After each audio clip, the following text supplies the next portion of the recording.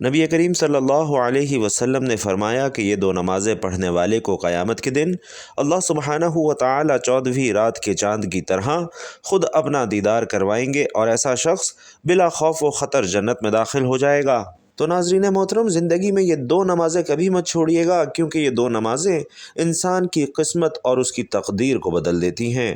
ہم کتنی ہی محنت اور مشقت کر لیں لیکن پیارے آقا صلی اللہ علیہ وسلم کے احسان کا حق ادا نہیں کر سکتے، جو اپنی امت کے لیے روتے روتے اس دنیا سے پردہ کر گئے، اور وہ ہمارے لیے ایسا روئے کہ دنیا میں کوئی نبی نہ رویا، ایسا تڑپے کہ کوئی نبی نہ تڑپا، کہ اللہ سبحانہ و تعالیٰ کو ہزاروں بار تسلیاں دینے کے لیے اپنے مقرب فرشتے حضرت جبرائیل علیہ السلام کو بھیجنا پڑا، قرآن بھیجنا پڑا کہ آپ اتنا غم کیوں کرتے ہیں، آپ اتنا روتے کیوں ہیں۔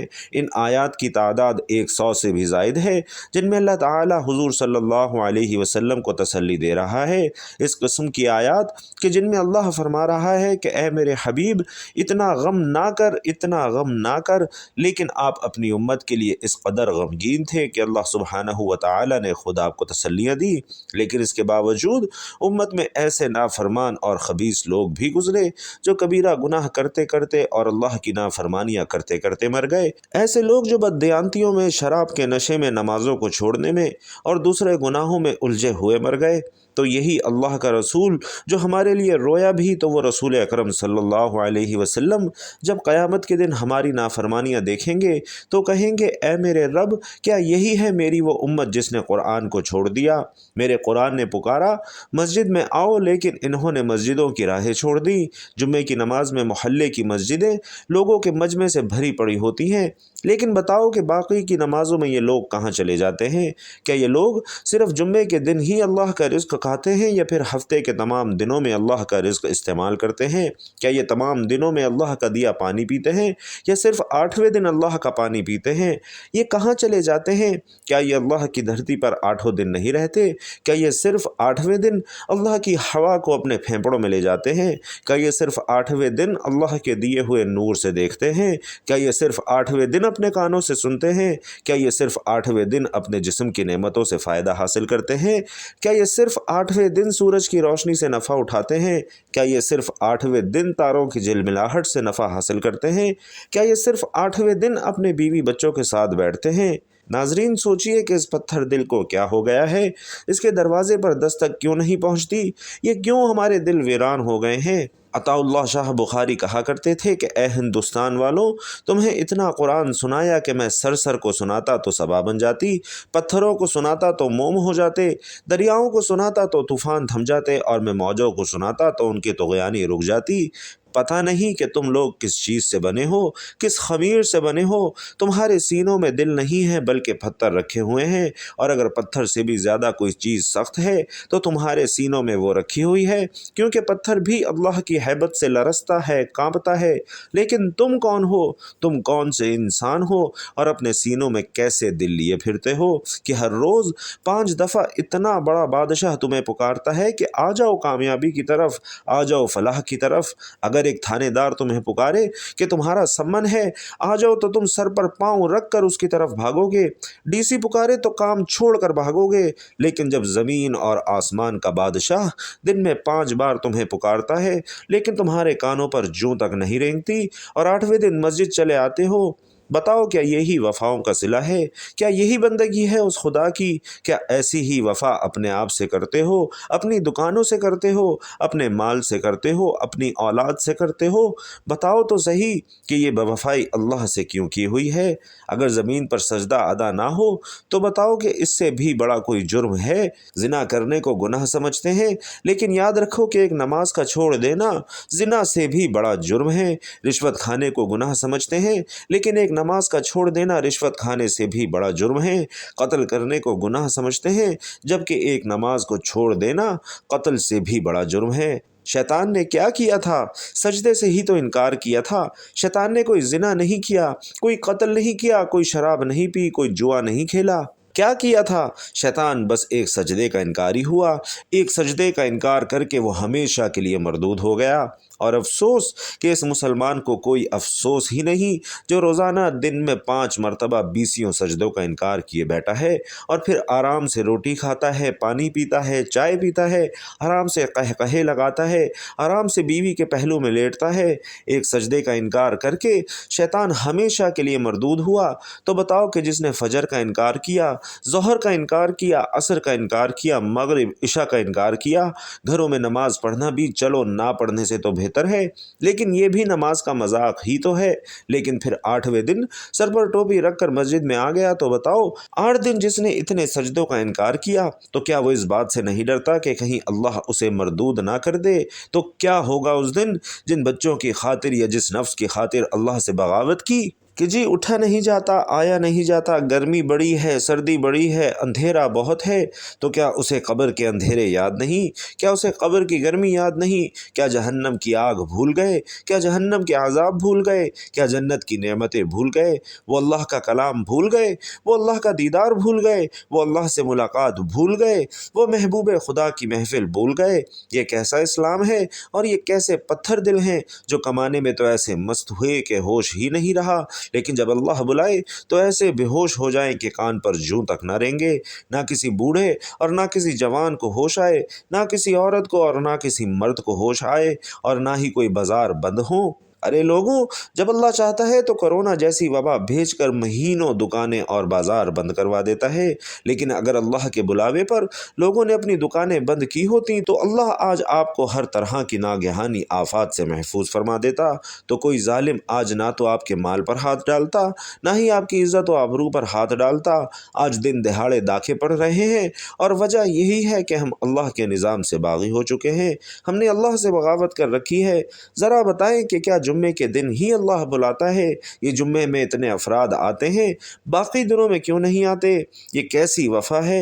لیکن قربان جائیے کہ اللہ کیسی وفائیں نبھاتا ہے کہ زمین بولتی ہے کہ اللہ اجازت دے میں اس بے نمازیوں کے پورے علاقے کو نگل جاؤں، سمندر بولے کہ اللہ اجازت دے کہ ہم بپھر جائیں، فرشتے بولے اے اللہ اجازت دے کہ ہم انہیں ہلاک کر دیں، لیکن اللہ کی عظمتوں پہ قربان جائیے کہ جس کے سجدوں کا انکار ہوا پڑا ہے، جس کی غیرت بار بار جوش میں آ رہی ہے کہ یہ میرے پیدا کیے ہوئے ایک گندے نطفے سے بنے ہوئے انسان، میرا رزق کھا کر، میرا دیا پانی پی کر، میری ہواؤں میں سانس لے کر زندہ رہنے والے اور میرے ہی دیے ہوئے نظام سے زندہ یہ لوگ میرے ہی منکر بن چکے ہیں۔ 1500 روپے تنخواہ پر رکھا ہوا ملازم اگر آپ کو چائے کی پیالی اٹھا کر نہ دے تو آپ کہتے ہیں کہ چل چھٹی کر، ہم کوئی اور ملازم رکھ لیں گے، لیکن جس نے اتنا بڑا وجود بخشا، آنکھوں میں چراغ جلائے، کانوں میں فون لگائے، دماغ میں برقی رو دوڑائیں، دل کو دھڑکنیں عطا فرمائیں اور سارے بدن کے نظام کو بہترین طریقے سے چلایا، پھیپھڑوں کی فیکٹریاں چلائیں، رگوں میں خون دوڑایا، ہڈیوں کو غذا پہنچائی اور آنکھوں کو غذا پہنچائی، زبان کو بولنے کی قوت عطا فرمائی، دانتوں کو کاٹنے کی طاقت دی، جس نے لقمے کو معدے میں جبکہ سانس کو پھیپھڑے تک جانے کا نظام بنایا۔ یہ دونوں نالیاں ناظرین بالکل ساتھ ساتھ جڑی ہوئی ہیں، لیکن وہ اللہ ہے جو معدے کا منہ کھولے تو سانس کی نالی بند کرے اور سانس کی نالی کھولے تو معدے کا منہ بند کرے۔ الغرض وہ خدا ہی ہے جو آپ کے جسم میں موجود لاکھوں قسم کی فیکٹریوں کو چلانے پر بالکل قادر ہے اور جو ہر ایک نظام کو بالکل ٹھیک انداز سے چلا رہا ہے۔ ہم تو ایک ناخن کا شکر ہی ادا نہیں کر سکتے جو اللہ ہمارے لیے یہ سب کچھ کر رہا ہے، اور پھر بھی ہم اللہ سے باغی ہو جائیں تو قربان جائیے کہ وہ پھر بھی ہمیں فوری طور پر عبرت کا نشان نہیں بناتا بلکہ مہلت دیتا ہے، بار بار مہلت دیتا ہے۔ ذرا سوچو کہ جس آدمی کو آپ نے 1500 روپے تنخواہ دی اور اس نے آپ کو چائے کی پیالی نہ دی تو آپ نے نکال باہر کیا، تو یہ پورا وجود جس کے حکم سے چل رہا ہے، جس نے ہمارے لیے زمین کو بچھونا اور آسمان کو چھت بنایا ہے، جس نے ہمارے لیے طرح طرح کے رنگ برنگے اور خوش ذائقہ پھل بنائے ہیں، جس نے ہمارے لیے غلہ پیدا فرمایا ہے اور بھوسا بھی بنایا، تو تم اس پروردگار کی کون کون سی نعمتوں کو جھٹلاؤ گے اور کیوں اس کے باغی بنتے ہو؟ کس کا انکار کرتے ہو؟ دیکھتے نہیں ہو کہ وہی رب المشرقین اور مغربین ہیں، یعنی وہ ہمارے مشرق کا بھی رب ہے، مغرب کا بھی رب ہے، شمال و جنوب کا بھی رب ہے، اور تم اس کی کون کون سی نعمتوں کو جھٹلاؤ گے؟ اس نے تو ہمیں مٹی سے بنایا، جنوں کو آگ سے بنایا، تو پھر تم کیوں اس کے باغی بنے جا رہے ہو اور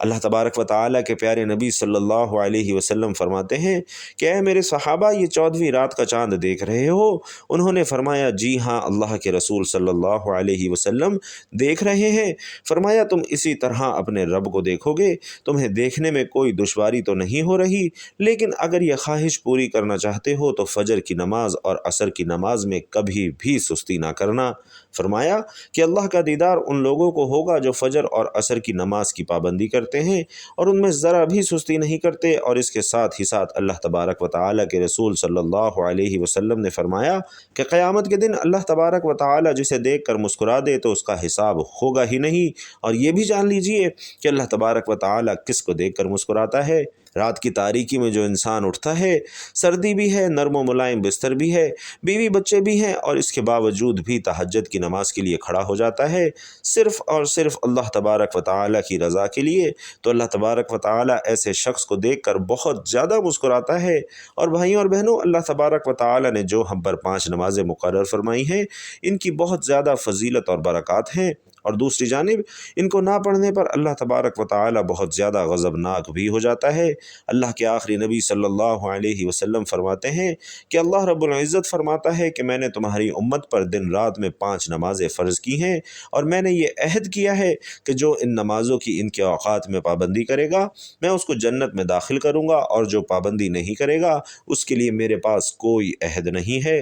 حضرت ابو ہریرہ رضی اللہ تعالی عنہ سے روایت ہے کہ رسول علیہ السلام نے فرمایا کہ رات اور دن میں فرشتوں کی ذمہ داریاں بدلتی ہیں، اور فجر اور عصر کی نمازوں میں ان ڈیوٹیوں پر آنے والے اور جانے والے فرشتوں کا اجتماع ہو جاتا ہے۔